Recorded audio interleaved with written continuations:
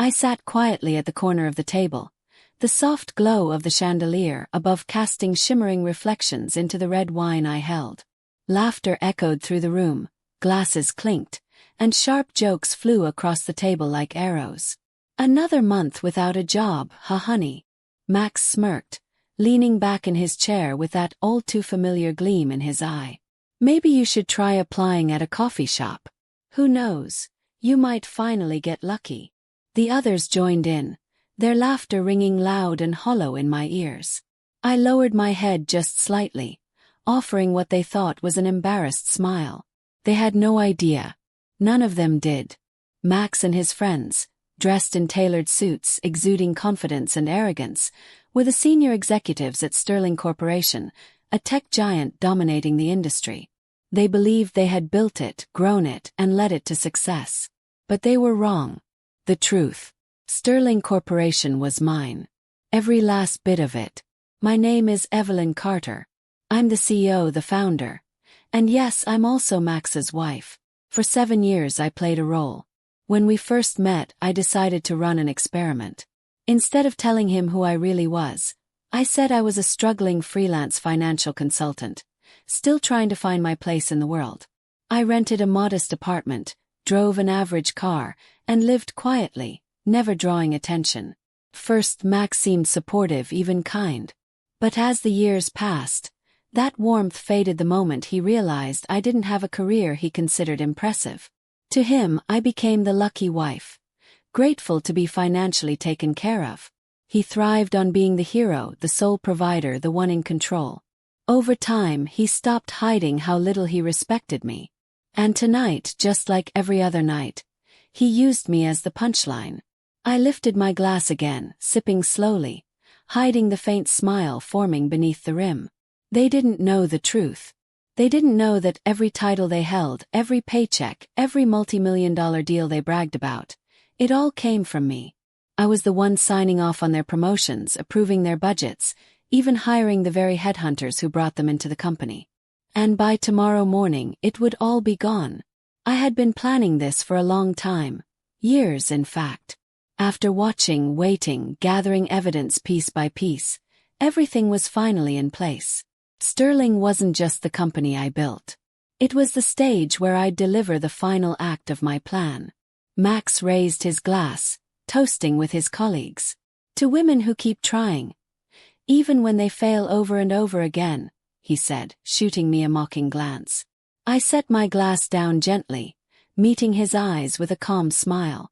"Enjoy your night, gentlemen," I said softly. "Because tomorrow, everything changes forever." I started collecting information nearly 2 years ago, when the first signs of corruption within Sterling began to surface. I watched how Max and his inner circle exploited their power, twisted rules, manipulated contracts, and funneled company funds into their own pockets. But suspicion wasn't enough. I needed proof. So I hired the best private investigators in the business.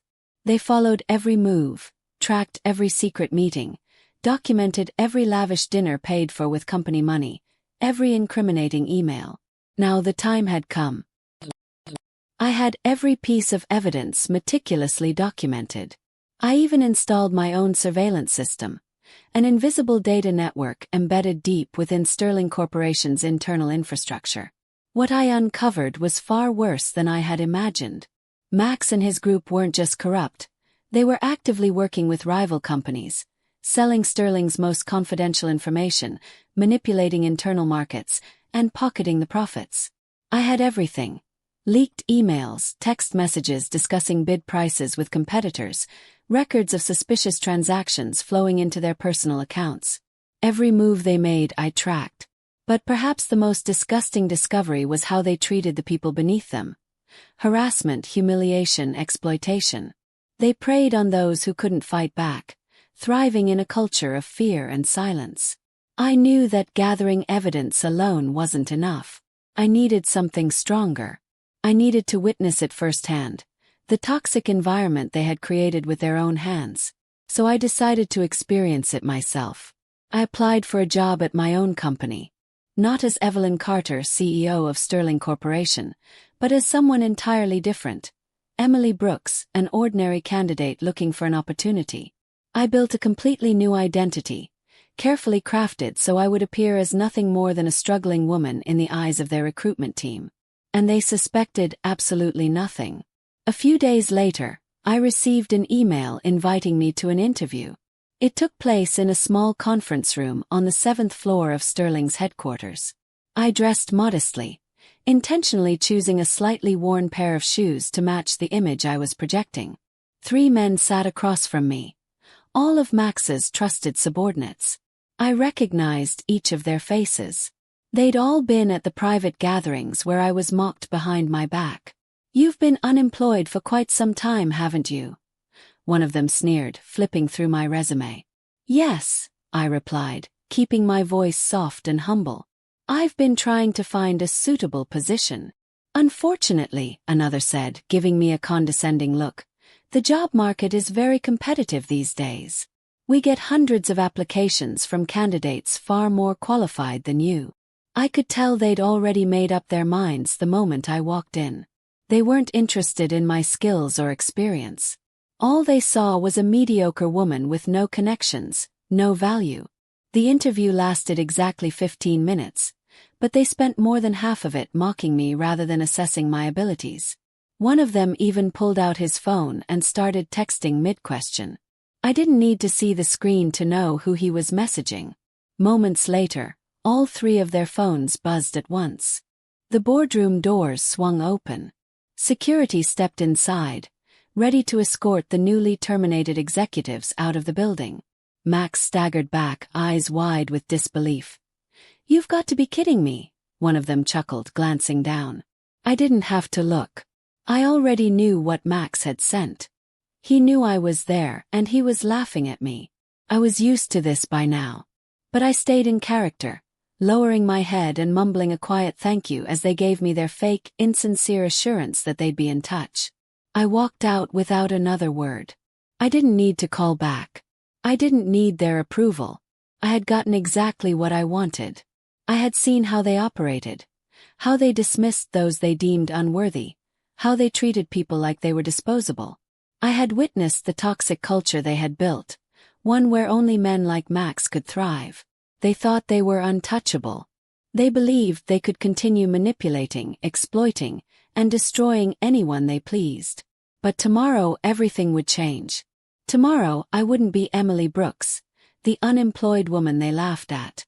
Tomorrow I would step into that boardroom not as a desperate job applicant, but as Evelyn Carter, the CEO and founder of Sterling Corporation. And I would do something they never saw coming. I would end it all. The next morning I arrived at the office earlier than usual, but this time I didn't sneak in through the back entrance like some forgotten name. I walked proudly through the main lobby of Sterling Corporation, past employees who nodded politely, unaware of who I really was. That was fine. After today they would never forget me. Inside the large boardroom everything was set. The shareholders had been summoned. The executive team was present. And on the massive screen behind me, all the evidence I had gathered over 2 long years was ready to be exposed. I didn't need to say much. The proof would speak for itself.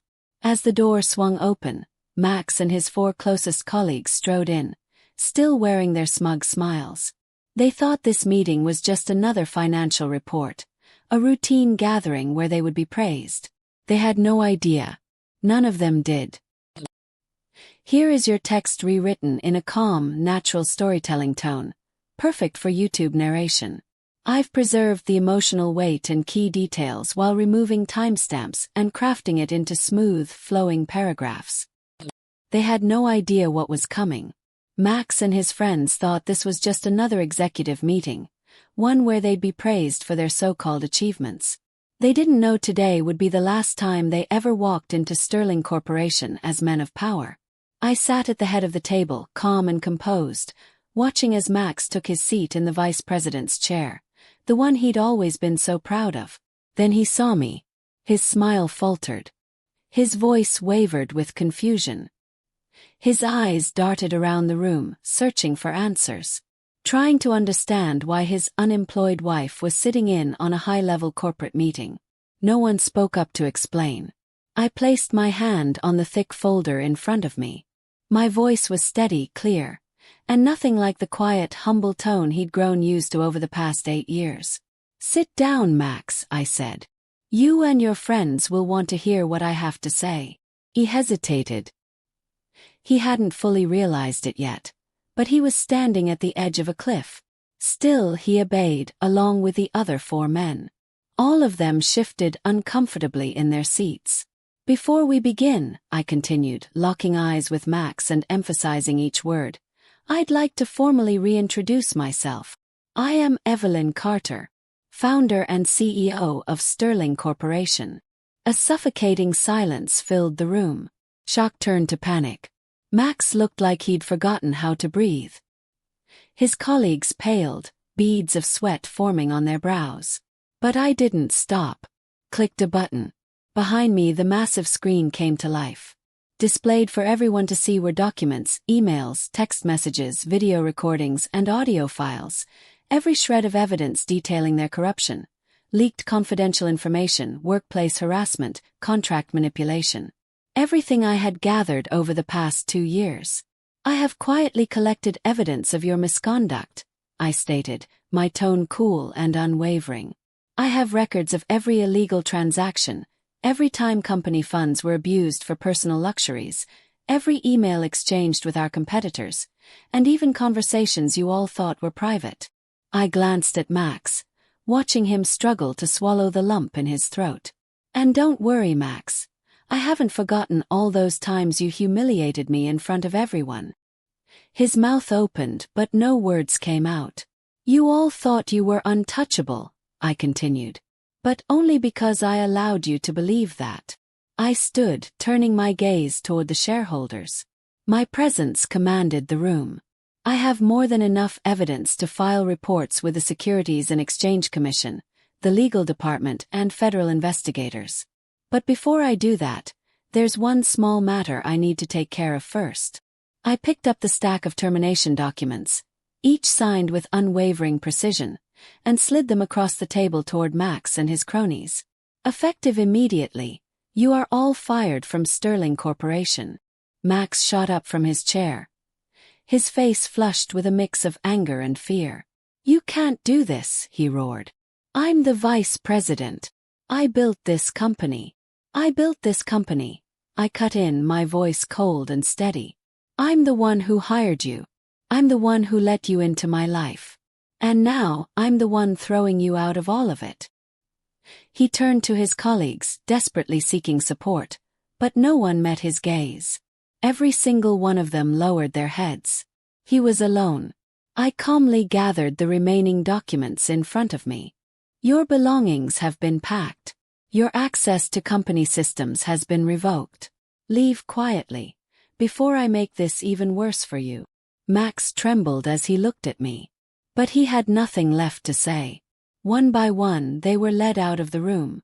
I didn't bother watching them go. From the upper floors, I could already see a crowd gathering in the lobby, employees peering through the massive glass panels. News had spread fast. Sterling Corporation had finally cut away the cancer that had been rotting it from the inside. It took only a few hours for the story to break. Financial news outlets erupted with headlines about the massive purge at Sterling. Social media exploded as people dug into Max and his group's past, uncovering countless stories of how they had abused their power within the company. Phone calls started coming in from rival firms. But not to recruit Max and his associates. No one wanted to be associated with the men Sterling had publicly exposed. One by one, Max's circle crumbled. A week later, I received news that 3 of their wives had filed for divorce. They had no way to hold on to the luxurious lives they once flaunted. Max, who once sat in a corner office with a panoramic view of the city, was now working as a sales associate in a small electronics store in the suburbs. He could no longer hold his head high. And me. I didn't need to lift my head to know that I had one. I didn't need to seek vengeance or cruelty. I had simply taken back what was mine. 3 months after Max and his group were removed, Sterling Corporation was no longer the company they once controlled. I sat in my own corner office, gazing out at the expanse of New York City under the morning sun. The company I had built from the ground up had finally returned to its original purpose, a place of innovation, creativity, and progress. Untainted by opportunists. The reformation had begun. On day one after the purge, I called for an all-company meeting, stepping before thousands of employees for the first time, not as Max's unemployed wife, but as Evelyn Carter, CEO and founder of Sterling Corporation. "We're starting over," I told them. "And this time, no one will be left behind." The changes came swiftly. I fired every person who had enabled Max and his group, especially those in HR who had turned a blind eye to harassment and discrimination for years. The vacant positions were filled with highly skilled professionals, many of whom had been pushed out under the old regime. Within a month, more than 20 former employees were invited back, people who had been forced to leave simply because they refused to conform to a corrupt system. Among them was Lisa Hall, an exceptional software engineer whom Max had personally removed from a major project because she refused to join his pointless drinking parties. When I called Lisa and offered her the opportunity to return, she hesitated. "Do you really want me back?" she asked over the phone, her voice laced with disbelief. "I don't just want you back," I told her. "I want you to lead our new AI research team." A week later, Lisa walked back into Sterling Corporation for the first time, stepping through the front doors without fear. The culture had changed completely. I implemented stricter transparency policies and an anonymous reporting system where employees could safely report internal issues without fear of retaliation. Every senior manager was required to undergo ethics and leadership training. But I didn't stop there. We launched an employee mentorship program, where experienced professionals would guide and support new employees instead of tearing them down the way Max and his colleagues had done. Anyone found guilty of harassment, discrimination, or unethical behavior would be dealt with swiftly and publicly. Sterling wasn't just recovering, it was being reborn. And I was finally free. The atmosphere at Sterling Corporation began to change. Slowly but surely. Day by day, smiles returned to people's faces. Meetings were no longer filled with condescending glances or passive-aggressive remarks. For the first time in years, I could walk through the halls of my own company without feeling the crushing weight of a toxic environment. As the internal culture stabilized, the company's financial results quickly reflected the transformation. In just 2 months, Sterling signed 3 major contracts, one of which was with a leading telecommunications conglomerate that had previously refused to work with us. Part of that refusal had been due to the bad reputation Sterling earned under Max's leadership. But once news of my corporate overhaul spread, they came to us instead. Stock prices soared by 35% within 3 months. Investors who had once hesitated under Max's rule now had full confidence in me. The media began praising Sterling's dramatic resurgence. A Business Insider article even dubbed me the woman who revived a tech empire. But what satisfied me most wasn't the numbers or the headlines. It was the moment I walked past the employee break room one afternoon and saw Lisa and her team eagerly discussing a new project. No longer fearful, no longer hesitant. They were working with passion. Something this company should have had all along. And in that moment, I knew I had done the right thing. While Sterling rose stronger than ever, Max and his cronies sank to the bottom. Max was no longer mentioned in financial circles. He was no longer featured in articles about powerful executives. He had become a forgotten man, a cautionary tale for those who thought they could manipulate power without consequences. I heard he was now working as a sales associate at a small electronics store, where no one cared that he had once been a vice president at a billion-dollar company. The others weren't doing any better. 3 members of Max's group were banned from working in the tech industry for the next 3 years due to violations of their non-compete agreements. One tried to sue Sterling, but lost miserably when every shred of evidence stood against them.